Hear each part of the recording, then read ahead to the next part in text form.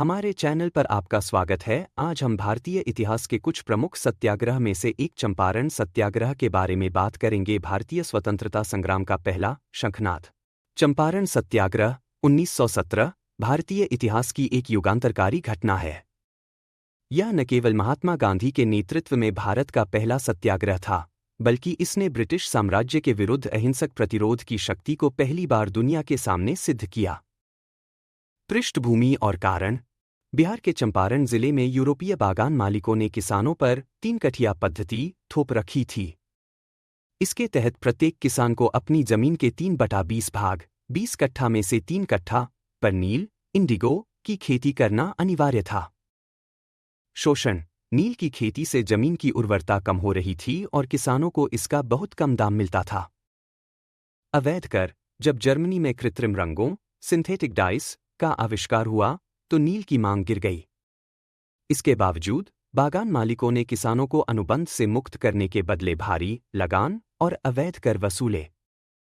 गांधी जी का आगमन। चंपारण के एक स्थानीय किसान राजकुमार शुक्ल ने गांधी जी को किसानों की दुर्दशा देखने के लिए आमंत्रित किया।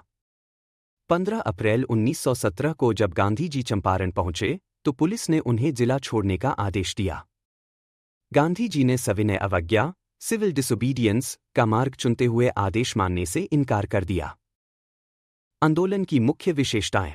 अहिंसक जांच। गांधी जी ने डॉक्टर राजेंद्र प्रसाद जे.बी. कृपलानी और महादेव देसाई के साथ मिलकर हजारों किसानों के बयान दर्ज किए और उनके कष्टों के प्रमाण जुटाए।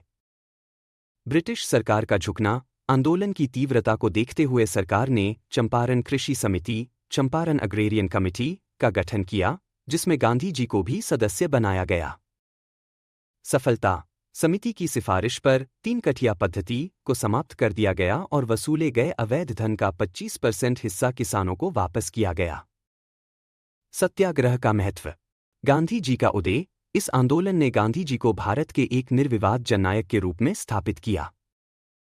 डर का अंत। इसने गरीब और अनपढ़ किसानों के मन से अंग्रेजों का खौफ निकाल दिया। सत्याग्रह की शक्ति। भारत को पहली बार पता चला कि बिना हथियार उठाए भी सत्य और अहिंसा के बल पर शक्तिशाली साम्राज्य को झुकाया जा सकता है। महात्मा की उपाधि। इसी आंदोलन की सफलता के बाद रविंद्रनाथ टैगोर ने मोहनदास करमचंद गांधी को महात्मा की उपाधि दी थी। चंपारण ने मुझे वह सिखाया जो मैं दक्षिण अफ्रीका में नहीं सीख सका था, कि भारत की असली शक्ति उसके गांवों और किसानों में है। महात्मा गांधी। क्या आप चंपारण सत्याग्रह के दौरान गांधी जी के साथ रहे अन्य प्रमुख नेताओं के बारे में विस्तार से जानना चाहेंगे तो हमारे चैनल को लाइक और सब्सक्राइब करें।